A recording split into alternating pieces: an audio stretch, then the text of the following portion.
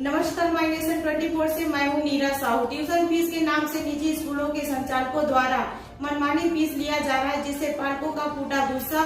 मनमानी फीस को लेकर पालकों में दिखा आक्रोश। भारी संख्या में पहुंचे कलेक्ट्रेट पहुंचकर जिला शिक्षा अधिकारी को सौंपा ज्ञापन। पालकों ने कहा कि यह शासकीय निजी स्कूलों द्वारा माननीय उच्च न्यायालय के आदेश 9 जुलाई 2020 के आदेश अनुसार समस्त गैर अनुदान प्राप्त निजी स्कूलों को पालकों से केवल शिक्षण शुल्क लेने की अनुमति प्रदान की गई है, जो कि समस्त छात्र छात्राओं तक ऑनलाइन शिक्षा प्रणाली के माध्यम से शिक्षा पहुंचाने व समस्त छात्र छात्राओं की पढ़ाई किसी भी तरह से बाधित न हो, यह सुनिश्चित करने की शर्तों पर दी गई है। साथ ही साथ माननीय उच्च न्यायालय का यह भी कथन है कि ट्यूशन फीस देने हेतु पालकों की सुविधा अनुसार उसे मासिक, द्विमासिक व त्रैमासिक जैसे विकल्प दिए जाए और आर्थिक संकट झेल रहे पालकों की वास्तविक स्थिति का सत्यापन कर फीस माफी की जाए। लेकिन अधिकांश निजी स्कूलों द्वारा माननीय उच्च न्यायालय के सम्मिलित नहीं किए जाने जैसे मासिक दबाव बनाने व वाक्य व शब्दों का प्रयोग न करें। स्कूलों द्वारा मार्च 2020 से लेकर वर्तमान तक की फीस की मांग पालकों से किया जाना अनुचित है, क्योंकि मार्च अप्रैल में स्कूल लॉकडाउन में शासन के आदेशानुसार पूर्णतः बंद थे, जिसमें स्कूलों द्वारा अध्ययन कार्य नहीं करवाया गया है और मई जून माह में ग्रीष्मकालीन अवकाश होने के कारण कोई शुल्क लिया जाना उचित नहीं है और जुलाई अगस्त में प्रत्येक कक्षाएं आयोजित न करके अप्रत्यक्ष कक्षाओं के माध्यम से पढ़ाने व प्रत्यक्ष कक्षाओं का संपूर्ण शुल्क लिया जाना अनुचित है। ऑनलाइन शिक्षा प्रणाली हेतु स्कूलों द्वारा निश्चित समय की बाध्यता खत्म की जानी चाहिए। समस्त निजी स्कूलों द्वारा ट्यूशन फीस के नाम पर अन्य कई शुल्कों को ट्यूशन फीस में समायोजित कर वसूला जा रहा है, जिस पर ट्यूशन फीस को परिभाषित कर अन्य समस्त शुल्कों को विभक्त किया जाना अत्यंत आवश्यक है। तक कोई भी पालक फीस जमा नहीं करेगा और उस कंडीशन में बच्चे को अगर निकालेंगे, पढ़ाई बाधित करेंगे तो आर्टिकल 16 के तहत उसकी जिम्मेदारी जिला शिक्षा अधिकारी की होगी कि उसके ऊपर में धारा 17 के तहत कार्रवाई करें। राइट? मैं नहीं जाऊंगा, माननीय न्यायालय के आदेश का ही पालन करवाऊंगा बस। ये तो कैसे करवाएंगे सर? आप जो है बाइफरकेट करवाओगे तो वो मेरे अधिकार क्षेत्र में नहीं आता। आपके अधिकार क्षेत्र में जो है मैं वो बता देता हूँ। मेरे अधिकार क्षेत्र में जो है मैं वही करूंगा। मेरे से ज्यादा अधिकार क्षेत्र में यदि चाहते हो तो शासन से जो है एक एकदम स्पीकिंग लेटर निकलवा दोगे तो और अच्छी बात। जिला शिक्षा अधिकारी केवल समस्या जो है राजनांगों की नहीं है, वो पूरे छत्तीसगढ़ की है और छत्तीसगढ़ के सर्वोपरि माननीय न्यायालय ने आदेश दिया है। ठीक है, करना तो ये था कि पूरा बाइफरकेट एकदम स्पीकिंग लेटर जो है शासन से जारी हो जाना था जी। आपकी भी समस्या का समाधान हो जाता है और हमारी भी समस्या का समाधान हो जाता है। अब उन्होंने जो है वो कंडिकाएं जो है इस पर बाइफरकेट नहीं किया, आपकी जो है स्पीकिंग लेटर नहीं निकला है। अब उसको आप कहते हो कि मुझे जो है इसका बाइफरकेट करो, तो मेरी जो समझ है ट्यूशन शुल्क का मतलब तो मैंने बता दिया। वो ट्यूशन शुल्क जो है पिछले साल जो नोटिफिकेशन हुआ था वो शुल्क लेंगे। माननीय न्यायालय के आदेश का पालन करने के लिए मैं निर्देश जारी करूँ। हम लोगों का ये है कि एडमिशन फीस ना लिया जाए, क्योंकि लॉकडाउन में सबका बिजनेस बंद है ना। बच्चे पढ़ाई ढंग से कर नहीं रहे हैं। जिसके 2 बच्चे हैं, 3 बच्चे, मोबाइल एक है, उसको अलग परेशानी हो रही है। पढ़ाई हो नहीं पा रही और एडमिशन यानी डोनेशन जो फीस है, जो उसका विकल्प फीस जो रहती है वो सब उसको ऐड ना किया जाए। और जैसे मेरा खुद का प्राइवेट है पार्लर का काम, जो पूरा लॉकडाउन में बंद है। मेरी एक लड़की है जो पढ़ती है स्कूल में, है ना। अब मेरा पार्लर मार्च से बंद है, पूरा 22 मार्च से, है ना। 2-4 दिन के लिए खुलता है फिर बंद हो जाता है, तो मैं कहाँ से फीस पेड करूँगी विथ डोनेशन और विथ जो एक्स्ट्रा फीस लिया जा रहा है। गायत्री उन्होंने अपनी ट्यूशन फीस को 30 से 50% बढ़ा दिया।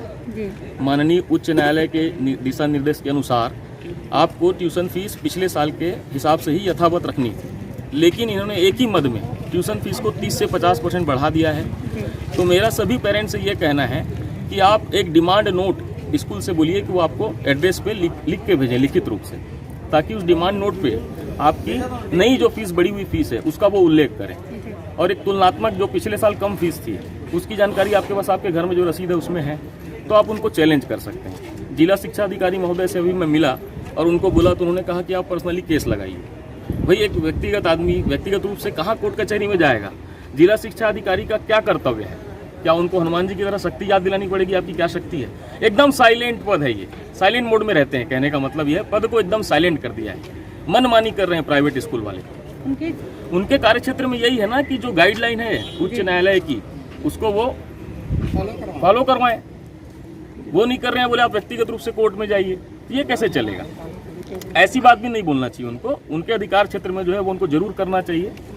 और जो ऑनलाइन एजुकेशन में बच्चों को 50% समझ में आ रहा है, 50% समझ में आ रहा है, बाकी समझ नहीं आ रहा है। और ऑनलाइन एजुकेशन को बेस बनाकर ये मंथली फीस या ट्यूशन फीस ले रहे हैं। बहुत सारा घालमेल चल रहा है। जिला शिक्षा अधिकारी राजनांदगांव मिस्टर सोम से ये कहने आए हुए थे कि आपने न्यायालय के आदेश को पढ़ लिया। न्यायालय के आदेश के अनुसार कोई भी स्कूल पैसा नहीं वसूल रहा है और न्यायालय ने आदेश दिया है कि सिर्फ ट्यूशन फीस ले सकते हो, लेकिन ये कहीं डिफाइंड नहीं है कि वो कौन सा ट्यूशन फीस लेंगे। इसको ये न्यायालय के आदेश को आधार बनाकर स्कूल क्या कर रहे हैं कि सारी फीसेस को, समस्त शुल्क को ट्यूशन फीस में समायोजित करके वो पैसा वसूल रहे हैं, जो पूरी तरीके से नियम विरुद्ध है। दूसरा, न्यायालय ने आदेश दिया है कि सारी शिक्षण सामग्री या जो भी उनसे संसाधन है वो क्या है, कोर्ट ने आदेश दिया है कि स्कूल मुहैया करवाएगा। किसको? पालकों को।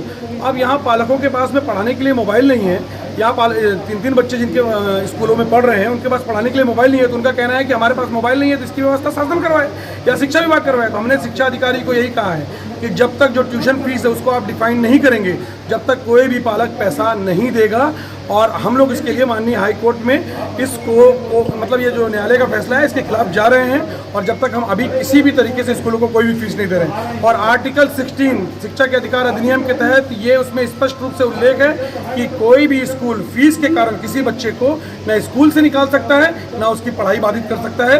ये जिला शिक्षा अधिकारी ने भी आपको बताया होगा। जी, आपकी मांगे पूरी नहीं होगी तो आप क्या? हमारी मांगे पूरी नहीं होगी तो हम लाखों की तादाद में, क्योंकि हर पालक, हर विधानसभा में हम लाखों की तादाद में हैं और हर पालक जो है पीड़ित है। हम लॉकडाउन में कहीं कोई अर्निंग नहीं कर रहे हैं, तो हम किसी भी तरीके से कोई भी पैसा स्कूल को नहीं देंगे। अगर राज्य शासन को लगता है तो राज्य शासन हमारी फीस पे कर दे, या तो हमारी जो दुकानें इतने महीनों से राज्य शासन के आदेश पे बंद हुई हैं ये उसकी भरपाई कर दे, हम देने के लिए तैयार हैं। माननीय उच्च न्यायालय बिलासपुर के द्वारा जो दिशा निर्देश दिया गया है उस दिशा निर्देश के आधार पे जो है स्कूल शिक्षा विभाग के द्वारा पत्र जारी हुआ था, उसको मैंने जो है समस्त शासकीय संस्थाओं को जो है अक्षर पालन करने के निर्देश दिए गए थे। किंतु ये पालकों से शिकायत नहीं रही कि ट्यूशन शुल्क के साथ साथ अन्य प्रकार के शिक्षण शुल्क लेके जो है सारे शुल्क को इकट्ठा करके जो है शुल्क लिया जा रहा है, जिससे पालकों में जो है रोष है। आज बहुत सारे पालक संघ के सदस्य लगभग 100-200 की संख्या में रहे होंगे, वो मेरे से जो है ज्ञापन देने आए थे, और मैं चाहता हूं कि माननीय न्यायालय के जो आदेश है उसका अक्षर पालन जो है हमारे जितने भी शासकीय विद्यालय हैं तो उसका पालन करें। दूसरी समस्या इनको ये आ रही है कि ऑनलाइन जो पढ़ाई यहाँ पे की जा रही है, कई पालकों के पास संसाधन नहीं है, तो उसको लेकर इन लोगों में बहुत सी आक्रोश है, और किस तरह बच्चों को पढ़ाया जाए इसमें स्पष्ट शासन के द्वारा निर्देश दिया गया है कि जिन पालकों के पास संसाधन नहीं है वो उनको जो है अन्य साधनों के द्वारा जो है पढ़ाया जाए, कि इसके लिए जो है किसी भी पालक को जो है बाध्य न किया जाए।